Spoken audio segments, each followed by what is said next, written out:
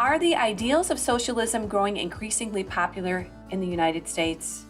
Today, we'll hear from a woman who was raised in the former Soviet Union and who knows exactly what it is like to live in a political system where the government was big. So big, it controlled nearly everything about the lives of its citizens. Stay tuned. Welcome to the Moms for America podcast.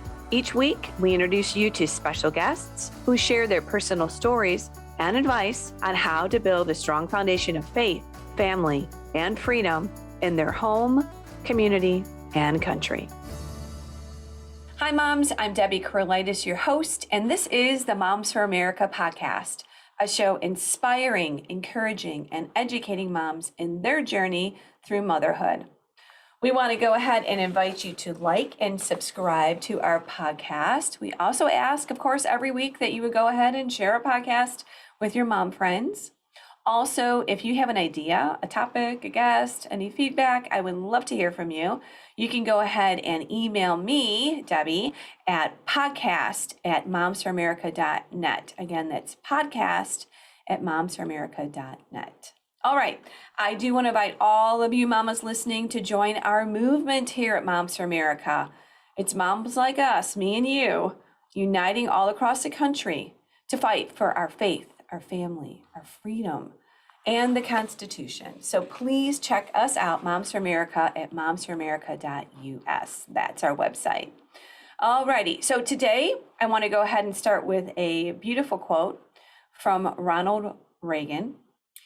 This is very familiar to many of us, and I want to start this out for obvious reasons. The quote from him is, "Freedom is never more than one generation away from extinction. We didn't pass it to our children in the bloodstream. It must be fought for, protected, and handed on for them to do the same." We all can understand what a frightful place America is, and what we are very concerned as moms about where our country is going and what freedom looks like for our children and our grandchildren. So that quote is very applicable to today and to today's discussion. We are going to be talking about freedom in the next generation. So today's guest will help us do just that. Tanya Rakhuba, I got it, there we go. Tanya Rakhuba was born in the former Soviet Union and lived in Moscow until she was 29 years old. She and her family were able to immigrate to the U.S. as persecuted Christians shortly after the 1991 collapse of the Soviet Union. Wow, what a story. Her husband, Sergey, is the president of Mission Eurasia. I'm not sure I'm saying all this correctly, but it is a Christian organization that focuses on evangelism in the countries of the former Soviet Union. Tanya worked as an occupational therapist assistant. Currently, she's a homemaker and family caregiver, and she has an incredible story about freedom, about the country that she lived in, and what she's concerned about as she looks at America. So I want to go ahead and I want to welcome Tanya to the Moms for America podcast. Welcome, Tanya. Hello, thank you so much for having me on the program, Debbie.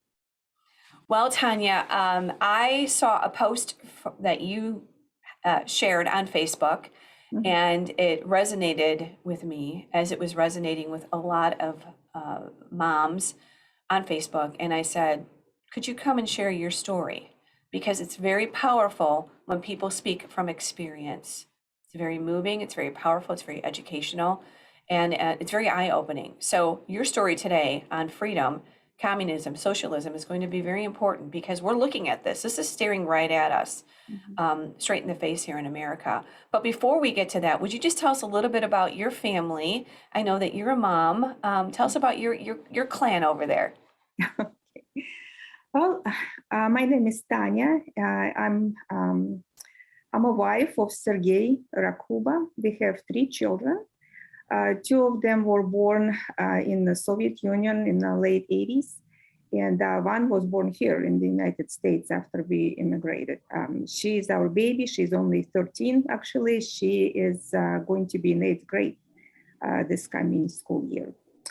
Yeah, Awesome. I worked, I went to college after we immigrated. I became an occupational therapist assistant and worked with the disabled population, elderly population for about 20 years. And now since my family situation changed, I have to be home taking care of my own family.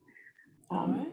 Yep, that's Well, about we're it. glad to have you on the show. And I know you told me, you said, Debbie, I've never really shared this. I've never done a podcast. So True. we're just taking down all the walls here. This is just a great conversation between mom to mom and for the moms that are listening, because this is very important what you have to share here today. So Tanya, you were raised in Moscow when Russia was a part of the former Soviet Union. Tell us maybe a little bit of history of the country, because we may have moms and folks that are not as familiar as you are. And then we'll talk a little bit about what life was like there for you. Sure. The Soviet Union was uh, was a big country. It was the first flagship socialist country in the world. It consisted of 15 national republics, federal republics. But in reality, the power was extremely centralized by the government and economy.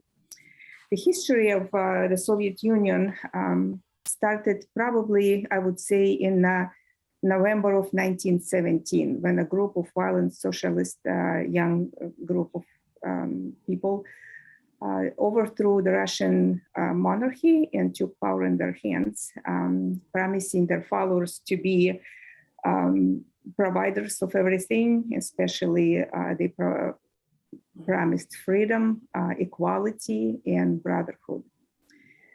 So in reality, of course, it didn't really happen the way they promised. And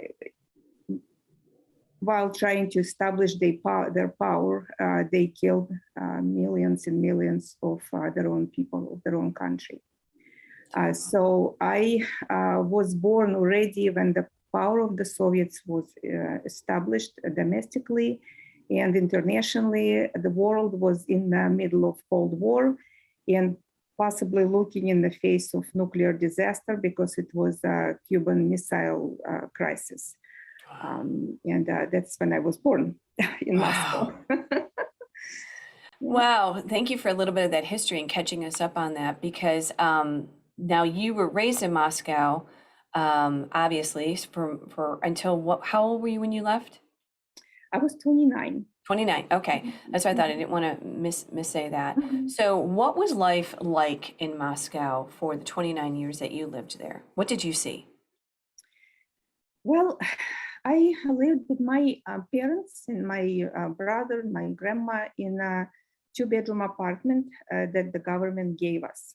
Everything was provided by the government. And because in the Soviet socialism, it is basically everything is owned by the government and people cannot own private property. So all housing was provided. So, and it's not only the housing, but also the utilities that we used were provided and controlled by the government. Really? So your oven was owned by the government? The gas. So the Okay. gas was owned by which they could turn off and turn on at any time. They had Wow. The this electricity, control. everything, right? Nothing is Yeah. yours. Nothing is yours. They control temperature in your apartment, so you couldn't adjust colder or hotter. So whatever they set it up for, that's what you had. Wow. Okay. So this is what you grew up in. You knew nothing different. I didn't know anything different. I went to a governmental school, which was a requirement. We couldn't skip school, otherwise, parents would be in jail for not sending kids to school. No other educational option was available. All education. No parental rights there. No parental rights there. No, not really. No, not really. Whatever the government said, it was done, including in like the big deal right now, including vaccinations. Nobody asked if your child needs to be vaccinated or not. It was scheduled, and government did it regardless of parents' agreement or disagreement. Wow. But yeah, so, but, you know, I actually like going to school. I was a good student, and I learned a lot of things, and especially about the system where that we had at the time in the country. And it was taught to us that we lived in the best country in the world, that we were free, that we had a chance to build our own bright future with our own hands. And the bright future was communism. So we were So free. they're conditioning you, messaging you to push towards communism, that was even going to be a better life for you.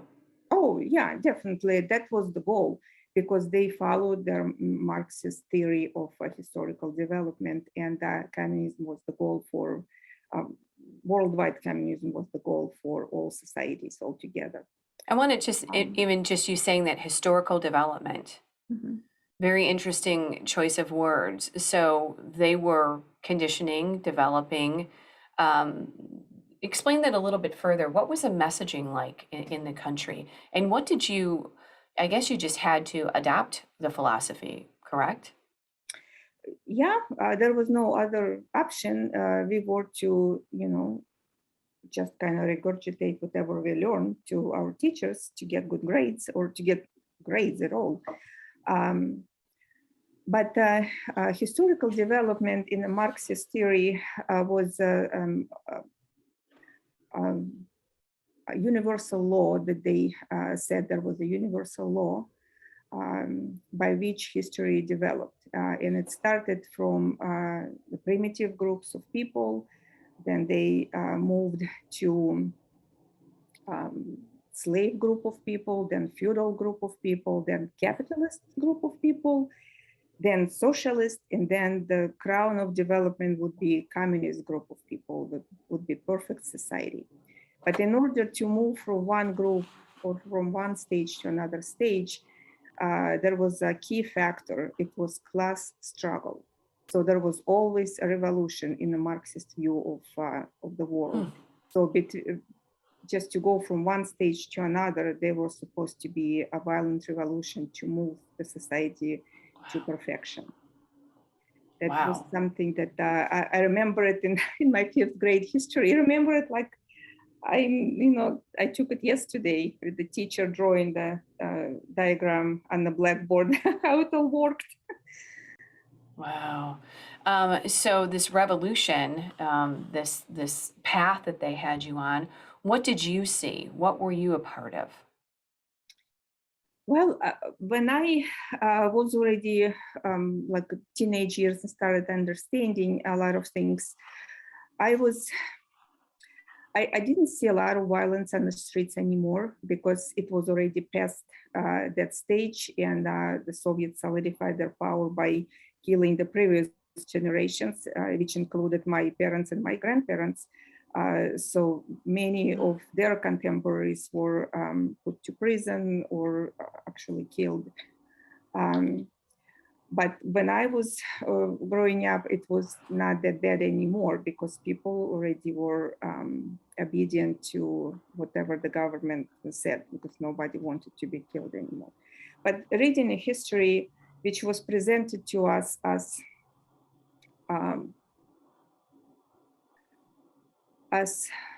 a necessary violence for achieving better life, I didn't really like that part, because there was a lot of violent stories about red terror, about multiple families disappearing, about all kinds of, train going off the tracks, just all for the victory of communism. And that kind of made me thinking, I don't know if I like that, because this is too much violence, there's too much killing and blood. And life wasn't really in a great place either, because when I guess, we haven't grown up in a socialist country or in communism, so we don't understand how limiting that is. But if you grow up in a limited society, then you just figure this is just how it is everywhere. You keep getting promised freedom, but you never attain it. Yeah, that's true.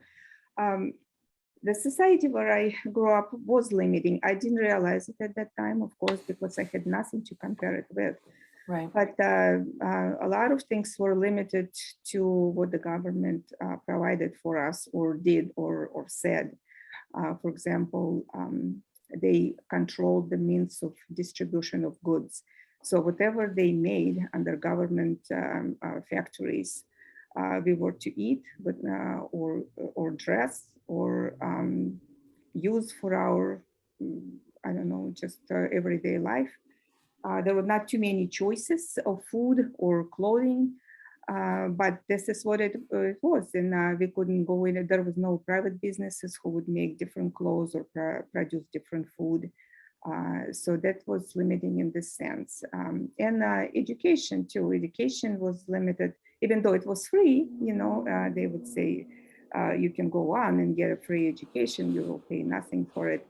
But the competition was extremely difficult to get in any higher education institutions. And also there are certain groups of people like Jews, for example, or Christians, they were not really allowed to get a higher education.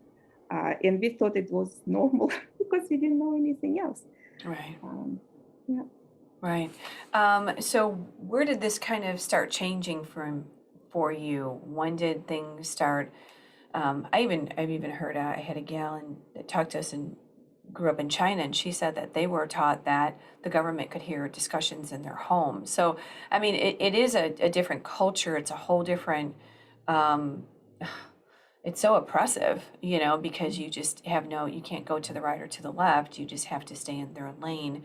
But you're a faith-based Christian, so you had some issues and happening with you and in your life, and you decided to come to America. What was happening that moved you in this course of coming to America? Well, we were one of the persecuted groups. And actually, I think we were the group number one because So what does that mean, a persecuted group? What would you be? What does that mean? well, when October Revolution happened in Russia, when socialists took power in Russia, they followed Marxist ideology. Marxist ideology is completely materialistic ideology that rejects God completely. So we lived in an atheist country that we were told that there is no God. We cannot worship anyone because there is nothing except for people living on this earth. We were prohibited to go to churches. There were some government-approved churches, but the kids were prohibited to go there until they turned 18 years old. There was no printing Bibles or Christian literature. There was no Bible schools or seminaries or anything that had to do with Christianity.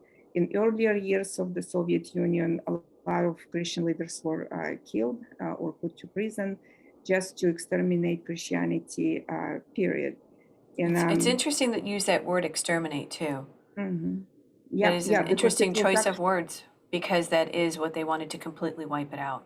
yes, they actually one of the Soviet leaders, Nikita Khrushchev. I don't know if it brings any memories to anybody, but he was here in the United States, I believe, and he said that in the 1980s, he will show the last Christian people in the Soviet Union on the screen of our TVs.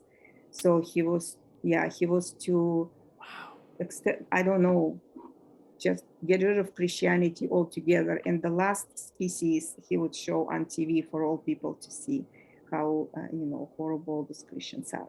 So it was a program of the Communist Party of the Soviet Union to just exterminate And this Christianity. is a part of their playbook. We know that. And yes, it is. Mhm. So now you are a Christian. Yes. This is happening. You're watching this unfold. Um, What are you seeing happening?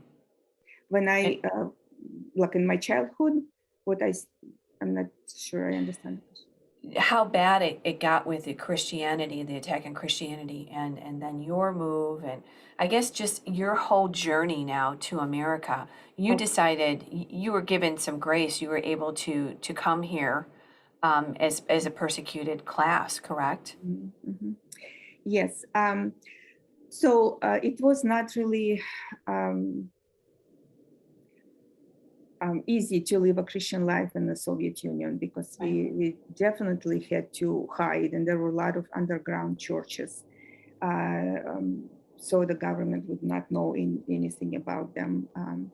And when the Soviet Union started kind of falling apart, um, I'm not sure how it all worked, but the other Western countries, they were opening their doors for Christians to come in. By the time the Soviet Union collapsed, then we knew Because you would have been jailed or killed could or have been something, killed. something I'm not horrible. sure at that time, but jailed for sure. Yes. Okay. Um, Jailed, and whatever else they could do to make it hard on you, right? That you couldn't well, maybe they could shop do. food. I mean, their goal was to make this extremely difficult for you, if not, and in the end, exterminate, you said. Yeah, they definitely didn't want any Christian there. They were not really killing Mm-hmm. people as they were in the beginning, but there were a lot of people in prison for their faith. A lot of Mm-hmm. people. I have friends that were in prison for 4 or 5 years, Wow. or their parents just for being Christian. So it was not a very welcoming No. society to live there. So whenever we had chance to live, we left. And because the United States opened the door for us and other Christians, we decided to immigrate to the United States. Wow. Well, what a blessing that was. And It was. I'm sure you love America and appreciate the sovereignty here, and the great place it is to raise a family. So you took your two kids Mhm. and were able to come here and Yep, start a new life. absolutely. Yep, I love America. It's a great country. Gave us so many opportunities that we would never ever had in the country that we used to live in. Yep. So we applied for immigration. Our immigration process was about six. I mean, until they looked at our application, was about 6 months. Then the interview in embassy of the United States in Moscow. We got our refugee status, and then from there, probably about another 6 months, and we could come. And so here we are with two children, husband, two suitcases per person, and two cats. we, we brought the cats because we didn't wanna live on the street, so we had two cats. So that was it. That's how we came. So did you know you wanted to come to America? Was America the place that you would prefer? Yes, we heard a lot about America. We heard a lot about religious freedom, which was Yes. very important, which was very, very important for us, where people could worship freely, could go to church, could evangelize. That's another thing that the church in the Soviet Union was prohibited from doing. We couldn't do any good works. We couldn't help people. We couldn't evangelize other people. We were supposed to be behind our doors and just be shut and not say anything about Jesus Christ or anything like that. In America, it was completely different, and it was one of the major attractions Mm. why we came. Wow, what a blessing, huh? So when you look back at what your life could have been versus what it is Mhm. now, and I'm Mhm. just now just trying to talk freely about what socialism, what communism, what dictatorship, what these types of forms of government do to their people. They crush their people. They Mhm. stifle them. They prohibit them. They limit them. What would life have been like there for you if you didn't come here? Well, it's I can't really like describe exactly what it would be because the Soviet Union collapsed. The Soviet power um, was not there anymore. However, Russia, that's where we live, like in Moscow, it has its different challenges in religious freedom. There is suffering, I should say now. And now, well, Russia is a different country than the Soviet Union. And now we Right. see the war that is happening with Ukraine and other things. From what I know, in Russia now, the religious freedom is not really there. They have their state religion and they kind of follow their state religion, which is Orthodox Church of Russia. And as far as Protestants go, like Baptists and other Protestant groups, they had their churches destroyed actually just recently in Russia. And congregations spread just all over the place because they were not allowed to worship. So I'm not sure, but it would not be as successful and as free as it is here now. When you look at America now, and you see baby food shortages for formula, you see high gas prices, you see the economy failing, unrest, unsettle. Does this make you concerned? Are these things that you saw in your homeland? Are these things that follow, a big government that can decide everything? Definitely, empty shells brought some bad memories, for me, because we went through a lot of those empty shells and for many years actually. When we couldn't get food or gas in a country that is like the Soviet Union was a country rich with oil and gas, natural resources, but we didn't have as consumers and citizens of the country, we didn't have gas. We couldn't fill up cars or whoever had cars. We didn't have food, even though the Soviet Union produced a lot of wheat. So Rich in resources, there were but rich empty shelves. but empty shelves, yeah. And that's the problem with the government, because they decide their own programs, they decide where they want to spend their money and how they want to treat their people. We had a two-level system there in the Soviet Union, when the government people, the party leaders, the government officials, they were treated as privileged people, and the rest of them were gray masses, which, the rest of the people, and they kind of survived on whatever was left. So it of course, it depends on how the government spends the money and what they prioritize. At that time, for us, it was very important to win the Cold War. So all resources, instead of feeding their own their own people and helping with healthcare and other projects inside the country, everything was spent for Cold War expenses. The people So suffered. yeah, it depends on how the government distributes their money. Right. Big government, they got big plans and they can do whatever they want, whenever they want.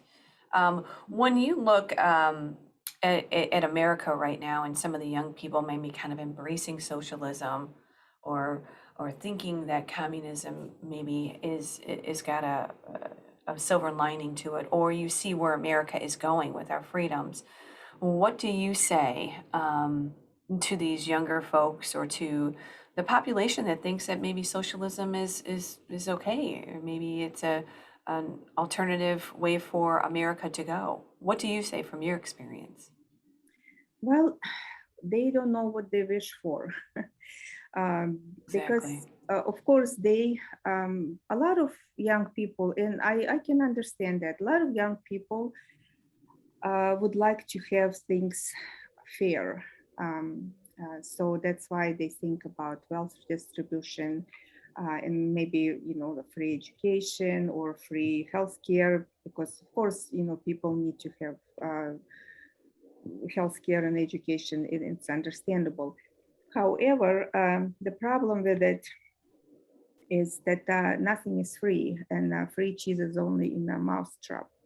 When it's free, then it's probably not good, and you don't want it. That's what happened to us. Our healthcare was absolutely terrible. How bad was the healthcare there, just as a side note? Well, they they said it was free, but we had to buy, we had to pay doctors to treat our loved ones better, or us better than it was available for free. We had very scarce resources, no supplies or medicine. And later on, when it came to the very brink of the collapse, we didn't even have linens in hospitals. So we had to come, like people would come with their own bed sheets, and because there was nothing. It's hard for us to even understand that, but it did Yeah. happen, and it is true. Yeah, yeah. But and also on the other side, people want it to be fair, but when they need to think about fairness from the perspective of the person who produces. It is not fair for the person who produces things to be taken away from him or her and given to the person who doesn't produce. Correct. It's good to be on the receiving end, but when you work hard and it's taken away from you, I don't think it's fair. And the young people need to think Right. about It deflates a population, because why succeed? Yes, Because the more successful you are, the more that you get, the more, everything gets taken away or distributed. And So why be successful? Why try hard? Why do your best, right? And that really deflates goals and ambition. it does. It kills productivity Yeah. because if I go to work and why would I want to be productive? Because it's not gonna do anything good to me personally. And also, in our system, it was equal pay for different types of work. Like the bus driver would get the same amount of money as a surgeon, for example, a doctor. Um, so there was no motivation to even work as a doctor, because what is the difference when I can go drive a bus, and get the same amount of income. Right. Tanya, what would you kind of share with our moms that are listening that are raising the next generation of children, the next generation of Americans? What would you tell them to share with their children about the importance of understanding that America is the land of the free, that we are so blessed to live in this country, and that how dangerous socialism and adopting this and walking, getting closer and closer to this type of government, how dangerous that could be for them and their future? What would you say to the moms? Well, I would say to the moms that they need to educate their own children. They need to research what socialism is all about. And of course, there are a bunch of different, like a lot of different definitions. I'm just talking about socialism that I experienced personally. But no matter what it is, a dictatorship. It's a government controlling people's lives. So they need to know their country's history and don't follow progressive history teachers, which I, with my kids being educated here, going to school, I had to do a lot of it because I didn't always like what they were taught. Yeah, well, you Uh, probably could give them a good history lesson. Oh, definitely, definitely. And especially now when it's like, it looks like it's out of control. My 13-year-old, I'm like, we have like parallel history lesson at home because I'm telling her what was going on and how it affected us and how we don't want this to happen here. Um, and I think what is very important is faith, because socialism is built on its foundation is atheism. No matter what other people say, and they say, oh, there are Christian socialists. Uh, I don't think it can be, in my opinion, because the foundation for both is different. It's not Christian based, it's atheism based when the government is God and we are to worship the government. That is important to To understand. teach children, yeah, to understand and to teach children that God is their Lord and not the government, and that's who And they that our are. rights come from God, not the Yes. government. Yeah. Wow. I guess you wanted to mention a book that you thought was very important. And again, when we talk this through with our kids, we've got to really be on the cutting edge of this because socialism has never worked. Communism has never worked. Dictatorship doesn't work. They fail. They kill their own people. They collapse. I mean, look at Venezuela, one of the Yes. most beautiful countries, profitable, gorgeous, and now they're eating out of garbage trucks. I mean, we have to understand that if we let go of our freedoms, we run the risk of just having a failed country, and that we have the greatest document, right? The Constitution protects us and we must defend it and fight for it. So what do you want to tell us about this book? In fact, this book that you're going to talk about, we talk about in our cottage meetings. Oh, that's great. I love this book. It's called The Naked Communist, and it's written by Cleon Skolson, and it's not in like a temporary book. I would say it was written in 1958. But the author described how communism or how socialist government of the Soviet Union worked, how it came to power, how it applied its power to its people, and what was the goal of it. And we just also need to understand that this this form of socialism is international. It doesn't mean that it's confined to some kind of a location. This is global. This is global, and it influences everybody in everything. Even though the Soviet Union is not there anymore, but the ideas, they're still alive and they're still affecting other people in their lives.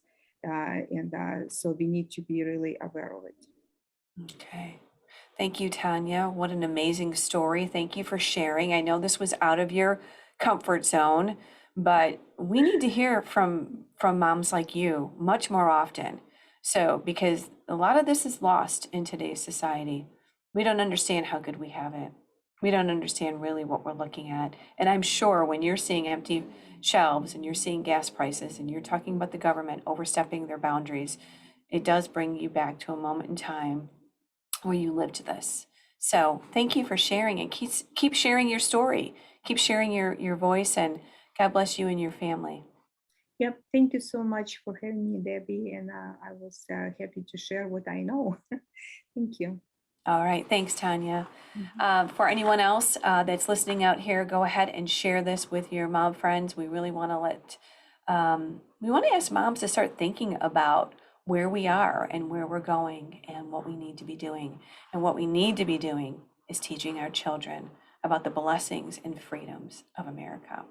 So I want to go ahead and remind you to visit our website at momsforamerica.us to check out all of our amazing resources, events, and programs. We talk about freedom all the time on our website. We have a ton of resources available for you. Well, I want to tell you about our signature program, which is called the Cottage Meetings. This is 12 lessons that will inspire and educate you about America's amazing heritage so that you can share those principles of liberty. You can talk about freedom. You can teach about our history and our Constitution in your home and speak out in your community. This program, along with many other programs on our website, will help you impact your family in a very, very powerful way. So from parental rights to public policy, Moms for America has it all, and we do celebrate freedom every day and are thankful for it. So lastly, go ahead and please sign up for our newsletter. This is a way that we can communicate with you and let you know about all the programs and let you be connected with our team. Every week we say this: we believe that liberty begins at home and that moms are truly the heartbeat of America. That is why this movement is so powerful, because it is being led by you moms. The moms are going to help save our country and take a stand for our children and their future. Like, subscribe, and share. Please join us again next week as we talk about another topic and have informative discussion with moms just like you. So thanks for joining us. God bless you, and let's keep changing our world one home at a time. See you next week.